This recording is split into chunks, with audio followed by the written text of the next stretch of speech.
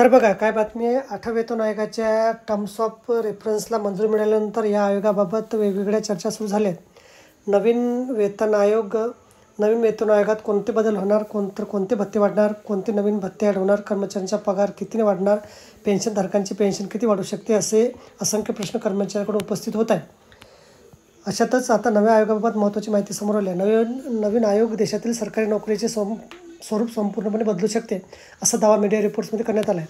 नवीन आयोगात सरकारकडून असे धोरण स्वीकारले जाणार आहे की जे अगोदरच खाजगी क्षेत्रासारखे राहणार आहे. सरकारी नोकरदार मंडळीला नव्या आयोगात खाजगी कर्मचाऱ्यांप्रमाणे वेतन दिले जाईल, असे दावा केला जातो आहे. मिळालेल्या माहितीनुसार नव्या वेतन आयोगात अनेक धोरणात्मक बदल आपल्याला पाहायला मिळू शकतात.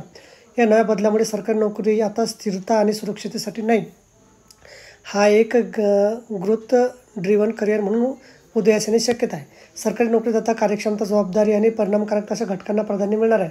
सरकारी नव्या आयोगाला सरकारी नोकरी प्रायव्हेट नोकरीप्रमाणे आकर्षक म्हणण्याच्या सूचना दिल्या आहेत. नव्या आयोगात उच्च तांत्रिक कौशल्य असणाऱ्या कर्मचाऱ्यांसाठी स्पर्धात्मक वेतनमान तयार केले जाणार आहे. नव्या वेतन आयोगात पगार ठरवण्याची पद्धतसुद्धा चेंज होणार आहे. आतापर्यंत सरकारी कर्मचाऱ्यांच्या त्यांच्या अनुभवाच्या जोरावर तसेच पदावर आधारित पगार वाढ दिली जात होती.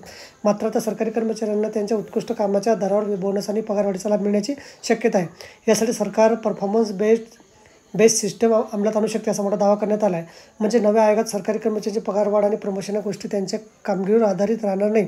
अर्थात खाजगी क्षेत्रात ज्या पद्धतीने कर्मचाऱ्यांच्या कामगिरीवर आधारित लाभ मिळतात तसाच लाभ आता सरकारी सेवेतही देण्याची योजना सरकारने आणली आहे. त्यामुळे तांत्रिक आणि व्यावसायिक पदावर कार्यरत असणाऱ्या सरकारी कर्मचाऱ्यांना खाजगी क्षेत्रासारखे आकर्षण मिळू शकते. त्यामुळे आता नव्या आयोगाच्या नेमक्या कोणत्या गोष्टी ॲड होतात, नव्या आयोगाचे स्वरूप काय राहणार, या कर्मचाऱ्यांचा भत्ता कर्मचाऱ्यांना कसा लाभ होणार, या सगळ्या गोष्टी भविष्यात पाहण्यासारख्या ठरणार आहे. तर बघा, अशा प्रकारे अत्यंत महत्त्वाची माहिती आम्हाला समजली. व्हिडिओसुद्धा आवडल्यास लाईक करा आणि शेअर करायला विसरू नका. धन्यवाद.